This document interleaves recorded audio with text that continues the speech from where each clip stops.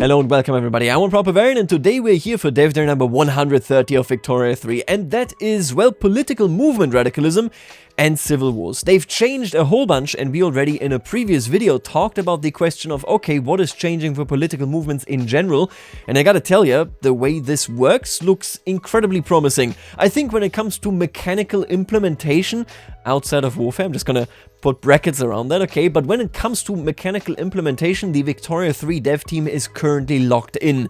I'm very much looking forward to what they have cooked up here, because this sounds good, and let's just jump in to see exactly what it is and discuss it. As I went over in the aforementioned dev diary, political movements have a radicalism value going from 0 to 100%. More specifically, this is two values, the current value and the target value, with the current value drifting towards the target value over time. The target value is calculated from a number of factors, including which laws you have enacted or are in the process of enacting, if the movement's core ideology has a stance on them, how many radicals and loyalists are members of the movement, other factors specific to a particular movement type. For example, a cultural majority movement might be upset if the ruler of the country isn't one of your primary cultures, or a pro-slavery movement might be upset if they perceive that slave states, and this is so cool, are not receiving their fair share of government building construction, particularly for the army. I will say, fundamentally, these reasons and the behavior here with the current and the target value aren't new. The current and the target value is exactly how it works in the current iteration. You know, you have this tick every week, and then at some point it reaches the end of a phase, and what will occur is that, yeah, you're looking at this and you say, this will now go higher or lower depending on where we are compared to the target value. However, the specific reasons here are infinitely more interesting. I mean, obviously the fact alone, right, that there are multiple laws that a movement might care about, meaning that multiple laws will impact that, similar to how, for example, the improvement of interest groups is impacted by multiple laws, of course. That is really neat. You cannot have that currently because a movement only ever cares about a singular law. This right here is just awesome. Having stuff like who is your leader, you know, what is actually going on construction-wise, like what are you building, I think that stuff is really good. When we take a look at this, I hope that this is one of those things that it only changes the actual behavior, the actual radicalism level of a movement once you finish construction rather than when you initiate it. But in general, this means that you can now actively counter work by building buildings and, you know, hopefully stop movements from radicalizing further because, well, you are kind of acquiescing, you're kind of giving, and you're strengthening them, and so on. Now, the important part here is that this is a good generic, a good general change, but at the same time, and you're going to notice this as we go through the rest of the dev diary here, they also are very clearly aware of all the, well, various exploits that we have all used, you know, be it barracks stacked in your capital, be it, you know, only building in the north so that the landowners, for example, lose influence, and so on. They have seen those issues and they are addressing them here in a generic mechanical rework. A side note is that we're currently thinking of renaming political movement radicalism to political movement activism, as we feel this better describes how the system works now, but this isn't done yet, so I will continue to refer to it as radicalism for the moment. I think this is good, if only because it will further separate a pop being radical from, you know, political movement radicalism. I also think radical as a term is kind of like, it's kind of weird just in the sense that radical is also a leader ideology. There's just a bunch of overlaps there when it comes to that term. I would really like it if we could kind of maybe see that change a little bit. Radical, of course, as a leader ideology makes a lot of sense. That was literally what they were called back in the day. But yeah, I hope you get where I'm coming from. I would like it if they renamed this to activism. The abolitionist movement in the USA is currently passive, but drifting towards agitating due to the legacy slavery law, the fraction of slave states versus free states in the country, and a smattering of radicals among the movement supporters. Do you think they reworked how this works? Because as of right now, you don't actually get to determine which state is a free state and which state is a slave state, state by state. You should, don't get me wrong here. This should be an option if that is what you decide in the compromise there, right? But fundamentally, this right here sounds as if I can make it so that I can push, you know, kind of really lean in on it and make it so that there will be more free states, which currently I can't do. States are just whatever they are scripted to be. That would be neat. Anyway, let's get to the screenshot itself, right? We see the abolitionist movement. It's a movement in the United States of America. 6% are members right there. I assume this is very much at the start. You can see right here, it's the 13th of January. So I assume that more and more people will keep joining, but they already are quite radical. If you have this movement change, since you now have two competing movements. And the big question for me, and I don't think that this is answered in the actual dev diary here, but a big question for me still is, can you have multiple revolutions brewing at the same time? Because currently you cannot have that. If you can't have a revolution for the FSA and for the CSA brewing at the same time, then the risk is like relatively minor if you do nothing, right? We'll see how this works, but in general, I will say I really like the idea that you have permanent competing movements in this case. We talked about it last video, right? That movements now are kind of meant to be these streams that rise and fall, where maybe interest groups were supposed to be before the launch of the game, and where we now get these movements right here. I really like this idea for sure. That's a really neat thing. To see it right here, I mean, this is just a very classic interface. Reminds me a lot of the general election stuff for some reason. Anyway, target political movement radicalism is influenced by the following things. 10% because legacy slavery, 1.87% from 6.28k are radical supporters, plus 20.51% from the number of slave states in the country. I feel like maybe they are now defining it in such a way that every slaving country can have non-slave states.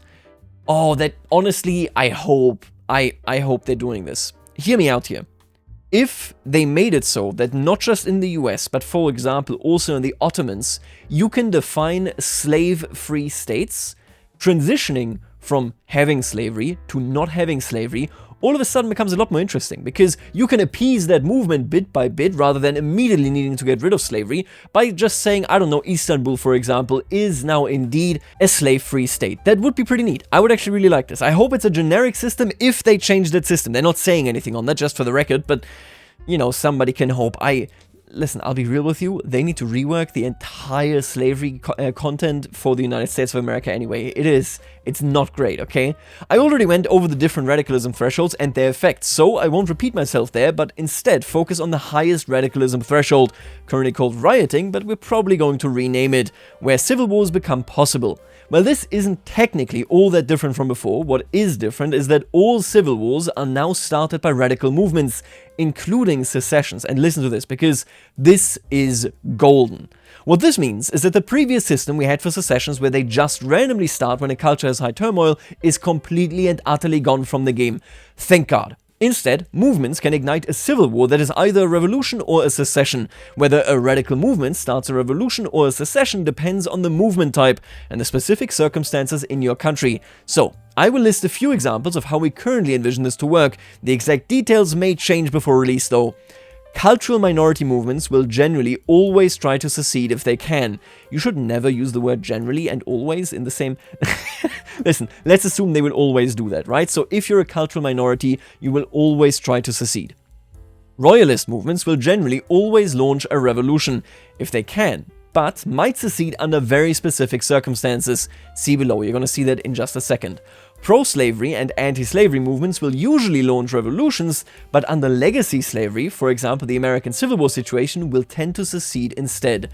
This is nice, because it effectively means that the American Civil War really was turned into a system now.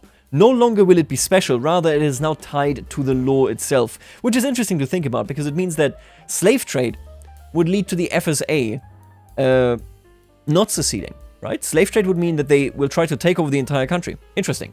Religious minority movement might launch a revolution to change the state religion if they have broad enough support, but otherwise would secede.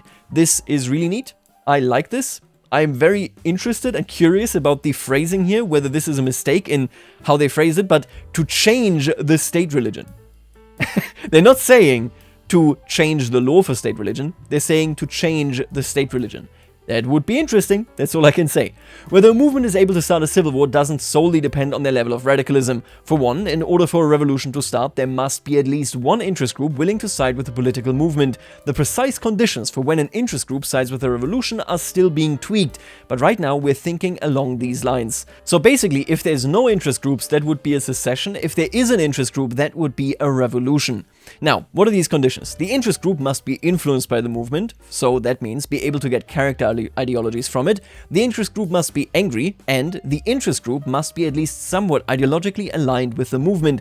So that means landowners led by a slaver wouldn't join an abolitionist uprising even if they're influenced by it, right? Because currently, that IG is led by the exact opposite. Secessions, on the other hand, never pull in interest groups directly, and so one of the conditions under which a secession could happen is when a movement is extremely radical, but unable to garner any interest group support, and decides to instead break off and make their own country with their own interest groups. This one's kind of weird, because the Southern planters in the US are specifically designed to be the Southern planters. As an example, the Royalist movement in a republic might find the overall support for restoring the monarchy is so weak that they try to create a breakaway kingdom in whatever region they are still able to garner support in. This may, of course, not make sense for all movement types, so we will have to decide on a case-by-case basis for each. Let's take a look at this. The American pro-slavery movement is rising up, taking the slave states with them in their attempt to secede from the Union. Note that the tooltip UI here is very work in progress.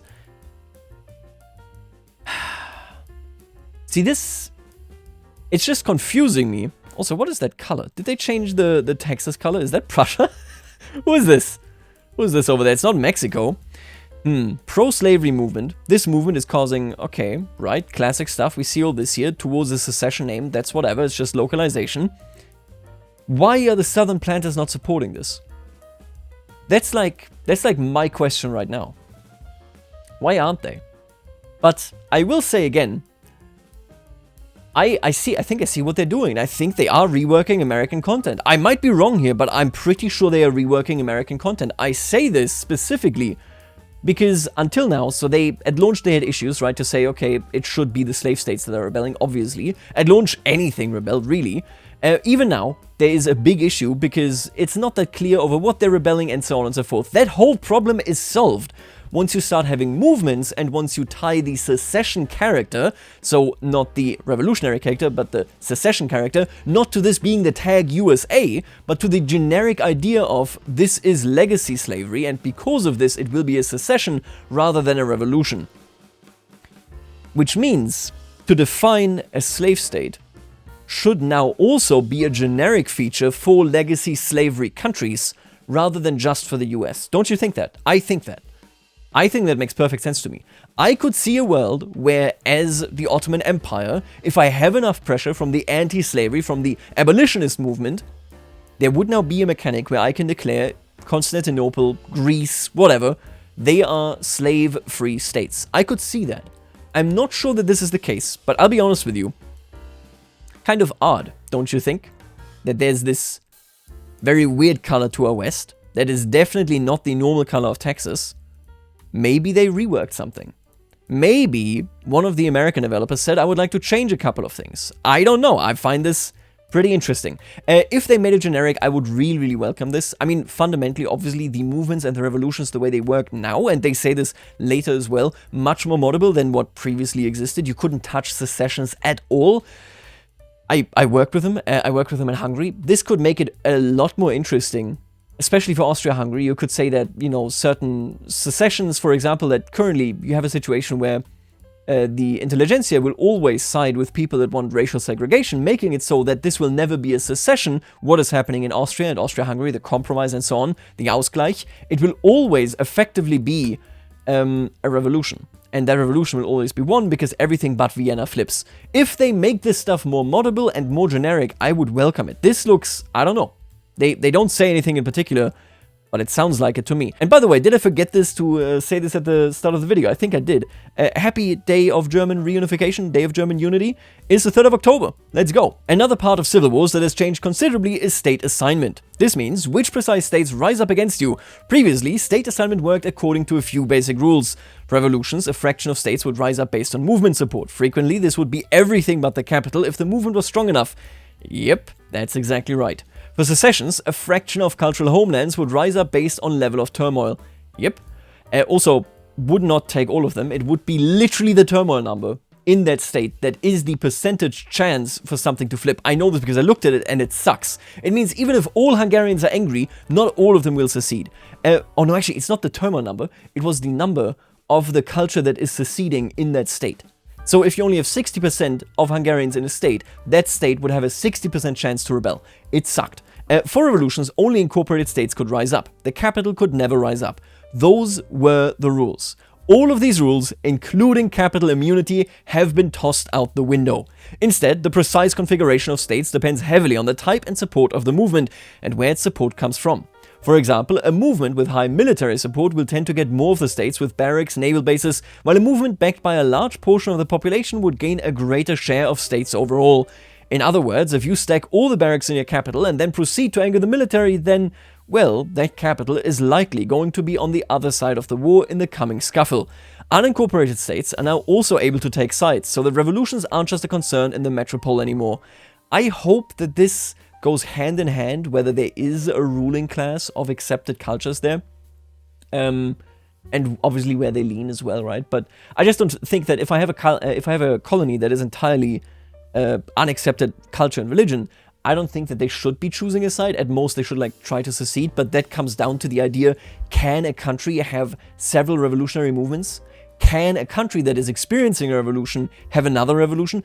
There are a lot of open questions there. I will say fundamentally this is great. All of these rules sucked. This was very bad. It constantly made for very boring gameplay because everybody would rebel and that is it, which also bankrupts the country that is not rebelling, right? In turn, that means that if the country that the revolution is against wins the revolution, they will 100% be bankrupt. Now, obviously, this also gets rid of the cheese where you sit down, you build all of your barracks in your capital. I shout out, of course, to every Japan player out there. I like this, and I hope that this is at least how it feels to me. I hope that this will indeed make it so that you can basically rile everybody up against you, but as long as you have the military on your side, that is like the quintessential part. If you keep the military happy, you will win the civil war. If you do not keep the military happy, you are very likely to lose it. If it's split, it might be a toss-up.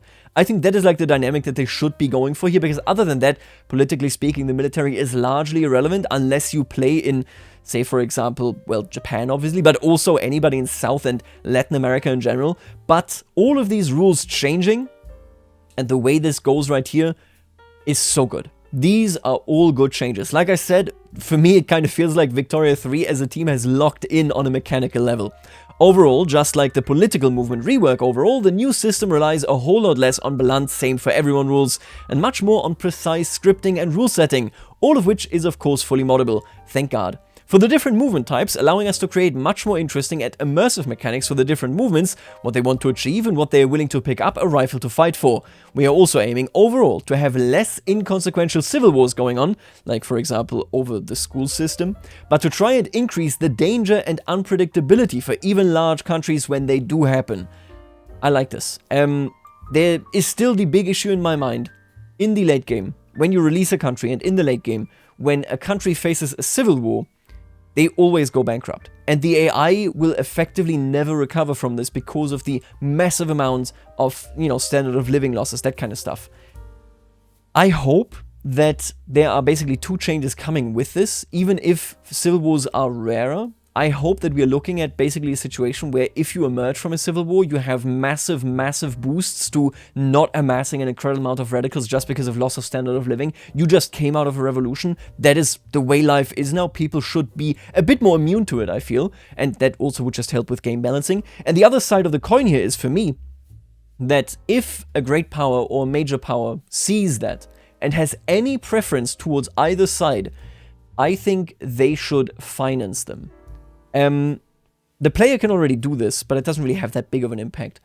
I think that revolutions, more than seeing countries all the time physically join in, so where they go, I will literally support you with my all 400 battalions, there should be a backing, a pledge almost, where you're just doing a financial pledge, right? I would really like this on another level there, where it is a conscious thing that is being done, because that would make it so that if late game Russia in 1918 or 1917 has a revolution, they can have friends and enemies, mostly enemies I assume, finance the non-communist side, that kind of stuff, rather than Britain bringing 800 troops to Moscow and just winning the war for them. I'm saying this really because in the late game you have this really massive gap between the huge countries, the countries that have 5, 6, 7, 800 million GDP, even if they are AI, and the countries that are just normal countries. Like, if I release Hungary, if China implodes, those countries are untenable. They cannot survive. They need financial support. And I really wish that for revolutions, for freshly released countries and so on, there was just a massive period of grace, but at the same time, that if you have a much better system, like you have it here very clearly, that the AI consciously selects people they enjoy, they like, and says, okay, I will always have 5 to 10 slots of people that I will financially support with bankrolling and so on, right? Even if that doesn't get me any benefits, it will strengthen people that I enjoy in this particular region. I really hope that with this change, we're going to see some behind the scenes work there as well, because, yeah, that is the only thing that will make late game revolutions viable to begin with, which means if that isn't in, even a good system is gonna falter under the pressure of just what is happening in the late game in general. Now, this is super cool right here. The Royalist movement, giving up on Britain as a whole, are instead trying to create a breakaway monarchy in the north. Note that dynamic secessions are also still work in progress, so don't read too much into the name and other details right here. I'm not gonna be worried about like the name Lowlands Uprising, right? This should more be like Royalist secession, or like Scotland secedes, whatever it might be. Protestant, English, and Scottish. Interesting that they keep English, but it makes sense. I mean, they don't really inherently see themselves as a different nation. Maybe still like majority English dominated, but the idea more is we're going for monarchy, and we know the British Republic is no longer turning. The changes that they are making here are really good. I'm leaning myself out of the window here. I'm thinking they probably reworked the way slave states worked in general. I hope so anyway. I think that would be awesome. Next week, Alex will tell us about famines and harvest conditions. Next week, we're looking at weekly dev diaries now, huh? I hope that 1.8 comes relatively quickly. That would be awesome. I'm looking forward to famines and harvest. I'm going to be honest with you with revolutions right here. I'm a huge fan. I really hope... My big worry here, outside of what I said, the long tirade about, you know, the question of late game balancing there, my one concern here really is that this could lead to a situation where I literally cannot read whether a revolution, if it were to happen, is a serious threat or not, because who joins who and who joins when and what exactly is happening might be unreadable. I hope that that isn't the case, but I'm concerned by that because that is one of those things that already is kind of tedious, except it almost never applies because it's just everything except the capital rebelling. That is what currently is going on, right? Depending on how fluid this is, we're going to see exactly how it goes, but fundamentally that is my one worry. Everything else looks really good. I really hope that what is a slave state and what isn't a slave state is something we can now dynamically determine that is impacting our interest groups, our movements, our whatever. I really hope that that is the case because that would be amazing. It would mean that we could be so much more gradual about pushing back slavery in Brazil, for example. Oh my god, the Brazil content just got a ton better, right? If you're on legacy slavery, I could go and say, okay, yeah, sure, but Rio de Janeiro is slave-free. Screw it. That is a slave-free state. We can declare this, exert some political capital for this, and the slave owners would be like, oh, I really hate you now. But we can at the same time appease the anti-slavery movement quite a bit there. I would like that. Whether that is the case, we'll see. Maybe it isn't. Maybe I'm interpreting too much into this weird color here for Texas. Either way, I will leave it right here. Please let me know what you think about this. I'm super excited for 1.8. I'm a huge fan of what is to come. And that is it for today. I'll leave you right here, and I will see you later